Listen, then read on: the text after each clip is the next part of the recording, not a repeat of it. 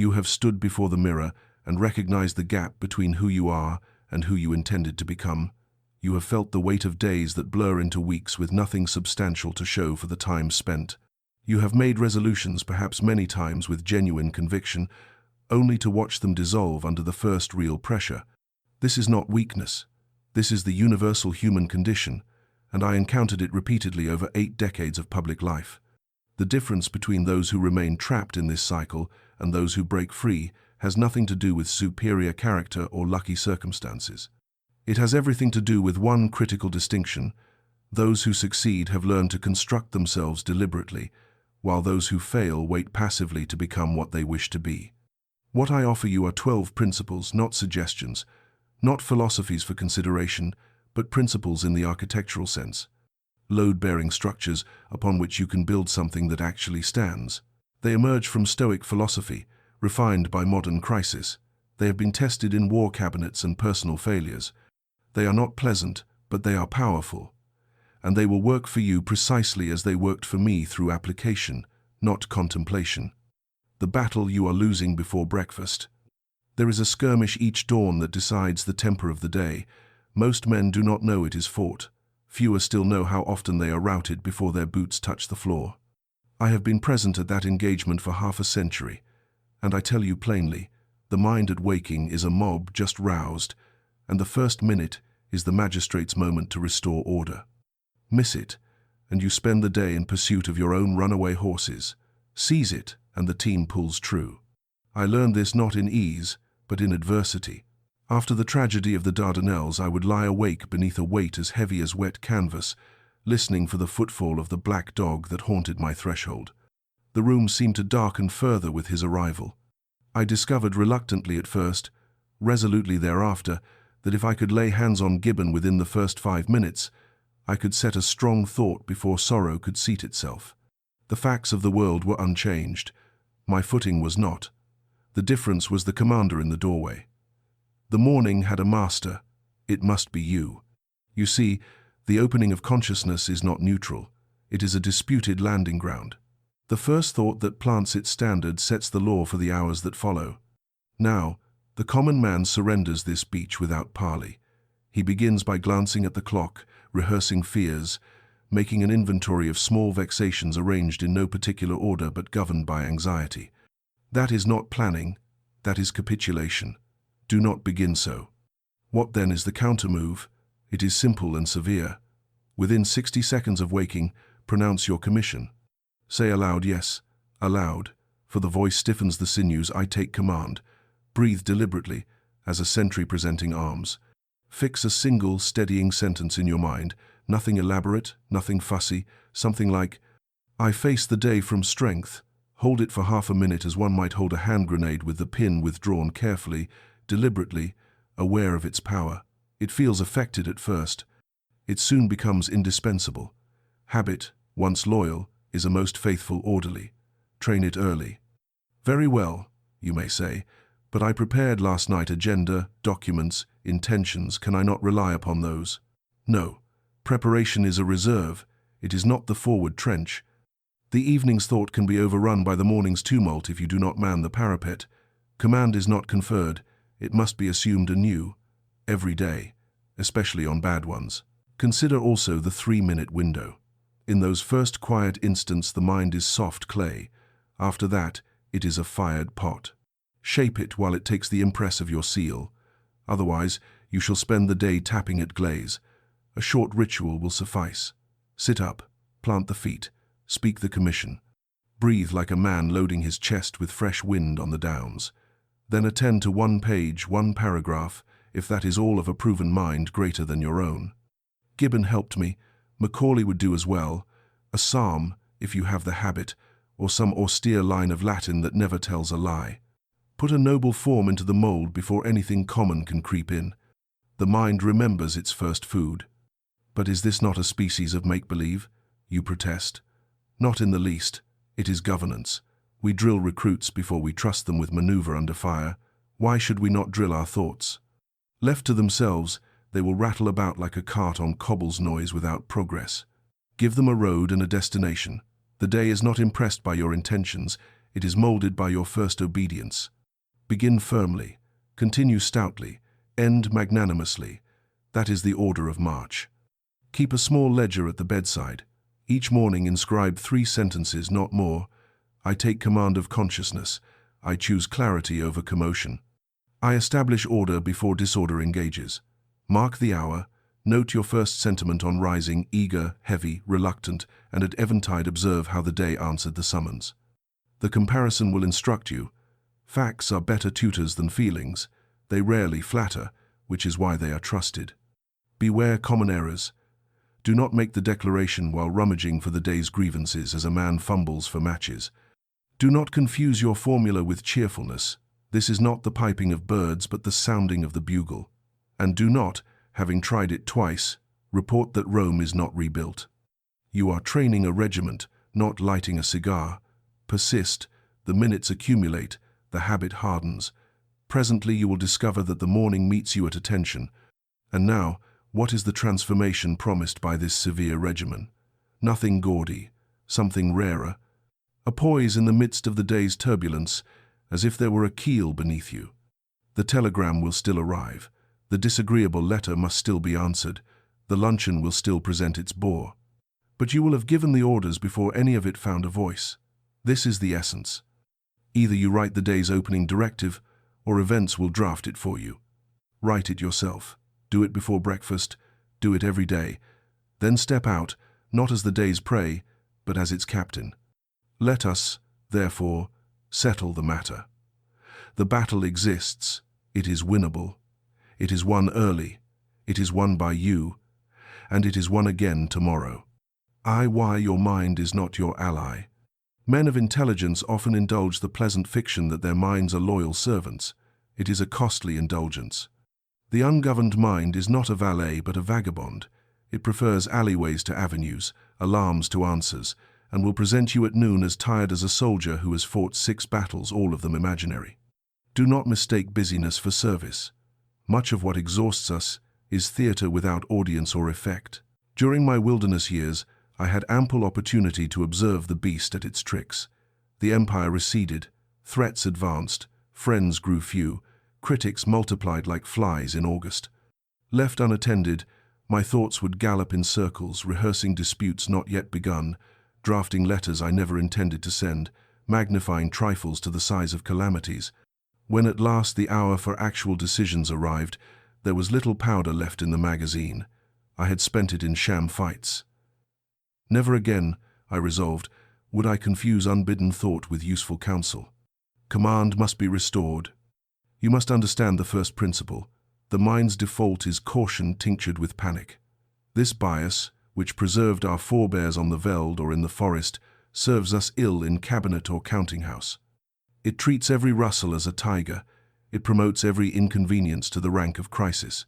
Nature has not yet been informed that we have railways and police. We must inform her, calmly, bitingly, with orders. How is this done? By changing the idiom in which you address yourself. Petitioning, "I hope I shall be less distracted," is a memorandum to nobody. Attend to this, ignore that, is a command. Give commands. Repeat them. Enforce them. The mind is a great engine. It is not a statesman. Engines do not choose their tracks. They run on those that are laid. Lay yours. Establish, in the forenoon if you can, a simple audit with 3 columns: useful, useless, destructive. When a thought arrives, do not bow and serve it tea. Assign it to its billet. Useful thoughts propose an action, a decision, or a principle. Useless thoughts are the draft that whistles under the door, annoying, chill, inconsequential. Destructive thoughts impugn your courage, distort your duty, and predict disasters with the levity of a fortune-teller. Record them without rancor.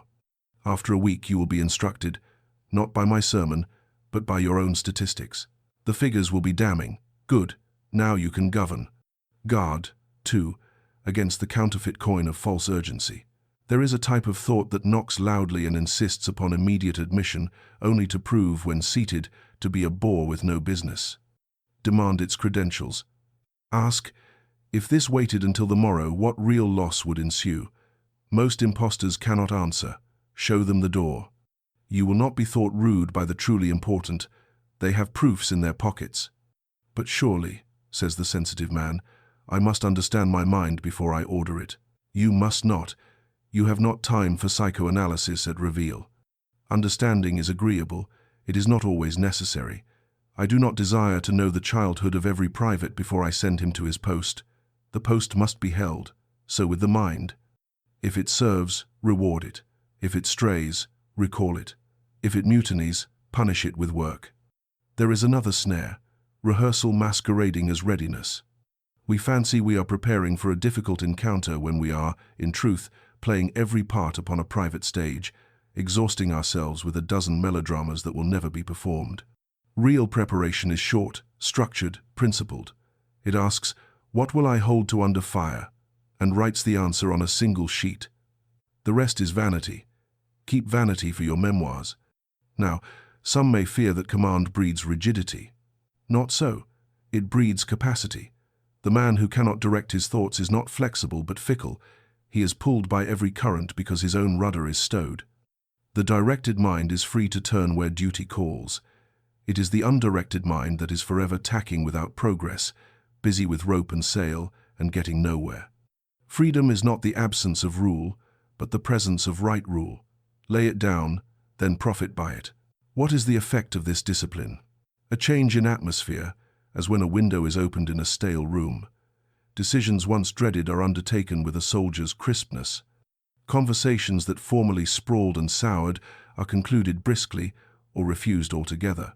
You spend less time apologizing to others and less time excusing yourself before the stern tribunal of your own conscience. The day respects a man who respects his own orders. The mind, too, prefers to be led. Let us make the matter plain. Your mind naked of command will serve the loudest caller, and the loudest caller is often fear. Clothe it, therefore, in instruction. Distinguish what is yours to decide from what is not. Attend to the first with force. Resign the second without rehearsal. And remember that sentiment is a fine horse, but he is not to be trusted with the map. You carry that. Keep it dry. Keep it near. Consult it often. Then forward. 3. The framework before the chaos. In war and peace alike, the day opens 100 fronts upon the careless commander. Telephones ring, messengers enter, papers multiply like rabbits. Without a framework set before the tumult, you will be condemned to react handsomely and accomplish little. With a framework, even calamity falls into place. It is weighed, ranked, and if necessary, resisted to the last cartridge. The difference is not in the violence of events, but in the vantage you establish before they arrive. Perspective is not a luxury. It is a weapon. During the Blitz, when London burned and righteous wrath flamed with it, I began each morning by reasserting our central aims as one might touch the colors before battle, preserve civilian morale, maintain strategic vision, defeat the enemy in his strength, and promise our people nothing but the truth. Telegrams could be answered after that. Arguments could be fought after that. The day's oddities could be embraced or endured after that. But the spine had been set. The body could bend without breaking. Make your own spine. I commend 5 vertebrae. First, 3 non-negotiables for the day principles, not errands. I will tell the truth, though it cost me convenience. I shall put the important before the urgent. I shall treat subordinates with dignity, however I am pressed. Write them plainly. 3 are plenty. If you attempt to hold 10 hills, you shall hold none. Second, the priority. One thing, just one that, if done, will make the day meaningful in retrospect. It must be concrete enough to be completed and consequential enough to count. Guard it as a mother guards her infant in a crowd. You will not please every acquaintance. You will please your conscience. That is an improvement. Third, the worst-case framework. Consider, in the cool of the early hour, the direst plausible outcome of the day's chief concern. Determine how you will bear it. This is not morbidity, it is vaccination. When the merely troublesome occurs, and it usually does, you will meet it with the equanimity of a man who breakfasted with something worse. Courage loves rehearsal. Fourth, restore perspective by the long view. Ask, will this matter in a year? In 10? Many dragons resolve, at that distance, into fat ponies braying for notice. Others, alas, grow larger and reveal wings. You will know which is which after the question. Wisdom often consists in asking it. Fifth, clarify your role for the day's decisive moments. Are you strategist or quartermaster, advocate or judge, hammer or anvil? We inhabit many offices. Confusion between them creates paralysis. Decide which hat presides today. Put it on. Wear it to the meeting. It will save time, temper, and, very likely, truth. Is this not rigidity in disguise, you ask? Not at all. It is the firm floor that permits graceful movement. A dancer is not rigid because he stands upon a stage, he is made freer by it. So, with the framework. It is the stage upon which you will act, not the chains that bind you to the wings. The improvised life is not free, it is fettered to whatever comes along. You deserve better shackles. Write these 5 upon a single page each morning. It will take a quarter of an hour, perhaps less. Keep the page upon your person. Consult it as sailors took noon sights in the old days, not to admire the sextant but to learn their position. In the afternoon, when tempers fray and haste makes its usual fool of judgment, draw the paper forth and read the non-negotiables aloud, loudly, if necessary. The room will be improved by it. Let me propose the evening review, brief and bracing. Did you keep faith with the 3 principles? Did you complete the 1 priority? Did the worst you imagined come to pass? Or did the day, like most days, content itself with petty impositions and minor adjustments? What role did you play when it mattered, and should you have chosen another? These are not reproaches. They are the quartermaster's count after action. We learn, we provision, we prepare the morrow. That is the cycle. That is how campaigns are won. In sum, decide what is fixed before you meet what is fluid. If you will not, the world will gladly donate its agenda and call it necessity. Keep your own. Hold to it with courtesy and steel. Permit yourself to be moved in 100 small ways and in no essential one. Then the chaos will serve you by disclosing the places where principle must act, and when it does, act. That is the proof that your framework was not an ornament, but a bridge across the torrent. Cross it and take others with you. IV Rule 1. Seizing consciousness before it seizes you.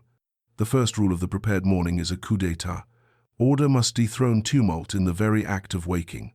Most men yield the throne in that instant to the first claimant, fatigue, fretfulness, discomfort, and spend the day paying that usurper's taxes. You must bar the door. Better still, you must already be seated upon the chair when the court assembles. The mind respects a sovereign who rises early. Here is the stratagem. Before you sleep, choose a single sentence fit to be first across the parapet at dawn.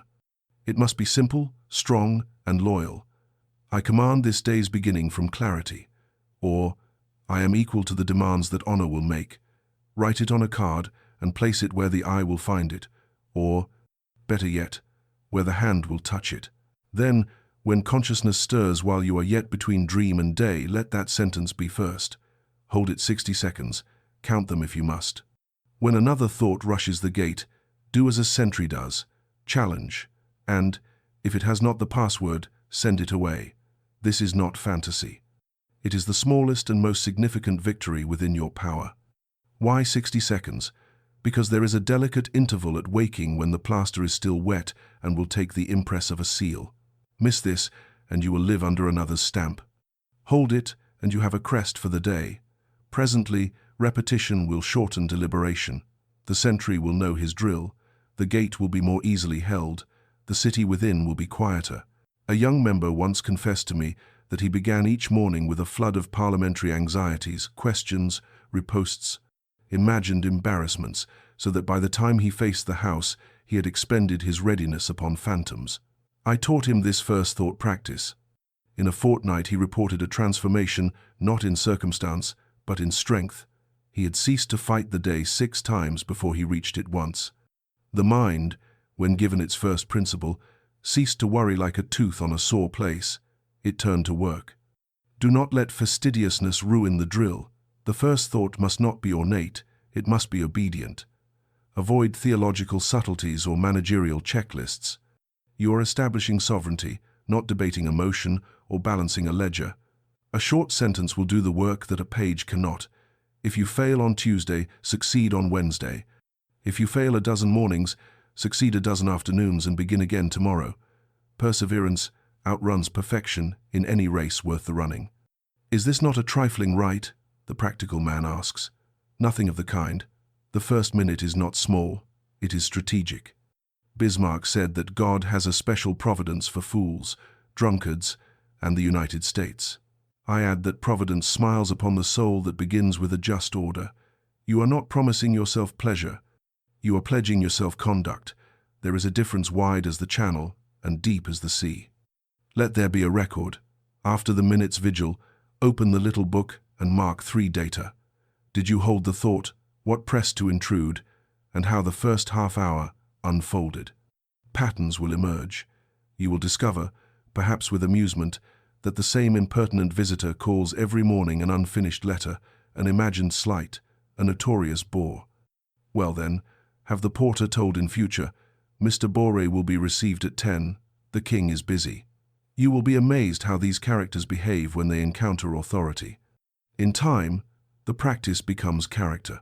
The day respects you because you respect it. Your household learns your tone. Your colleagues adjust their expectations. Your enemies, yes, one must have a few to stay in training, discover you are not easily surprised. This is not because the world grew kinder. It is because you ceased to begin as a beggar and began, instead, as a governor. The titles are not hereditary. They are earned anew every morning. Take this, then, as the cornerstone of the edifice. If you will not sit upon the throne of the first minute, someone else will. It is an abdication that no man of responsibility can permit. Seize consciousness before it seizes you. The crown is light, astonishingly light if taken up early.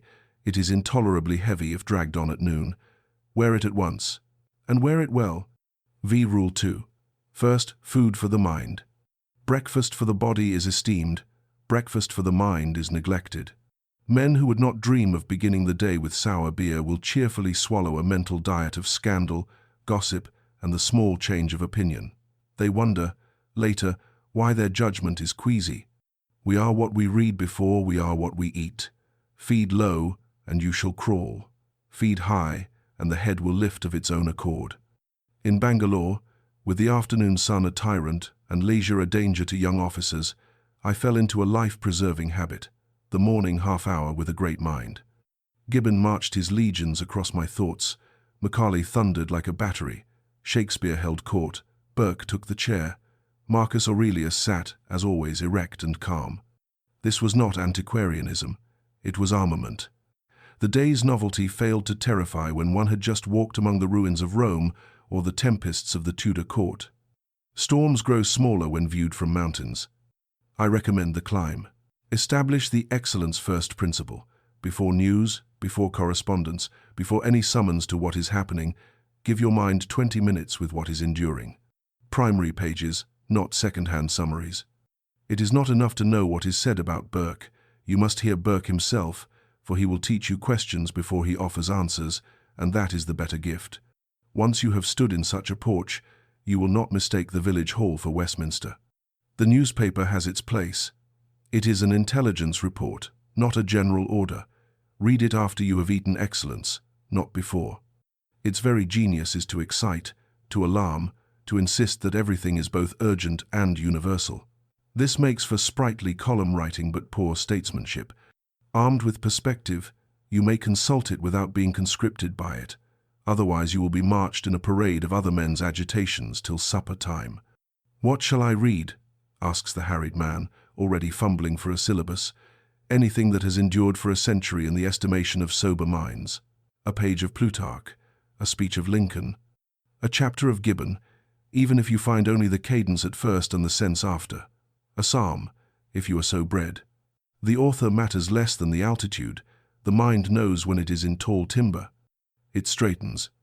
Let the practice be exact and measurable. Keep the volume where your hand will find it at once. Do not send yourself on an expedition before coffee. Read slowly, aloud if you have the courage to hear yourself. If a paragraph arrests you, stay arrested. There is no police to move you along. Close the book at the end of the appointed time and sit a minute in the cleared air. Do not rush at the day like a hound. Step into it like a man. Conduct, if you doubt me, a fortnight's experiment. Odd-numbered days, begin with papers and correspondence. Even-numbered days, begin with excellence, and allow the papers to wait. Each day, at noon, note your temper, the quality of your decisions before luncheon, and whether you adhered to the framework you set in the morning or were swept into other people's floods. At the end, lay the 2 weeks side by side. The truth will vote with its feet. Beware the counterfeit of commentary. There is a thriving trade in summaries and opinions about great books. It is as nourishing as chewed air. Go to the well. Take trouble with a sentence. Allow yourself the honor of difficulty. A mind that labors in the morning can lift more during the day. It is training, not torture. The reward is large and compounding. Do not indulge the old excuse, but I am too busy. Too busy for 20 minutes with a mind better than your own? Then you are too busy to lead. The men who must carry your decisions deserve better feed than that. Give it to them by giving it to yourself. Leadership is the art of thinking clearly in company with pressure. You will not manage it on a diet of headlines. You must keep better kitchen. Let us be candid. Much that clamors for our attention will be forgotten by Michaelmas. Some will be forgotten by Tuesday. The little that lasts was usually written by men who did not read agitated broadsheets before breakfast. They read the best of the dead and became, themselves, useful to the living. You may do likewise. Begin tomorrow. Put your mind at a good table. Eat something worthy. Then rise, clean-mouthed and clean-minded, to do the day's honest work.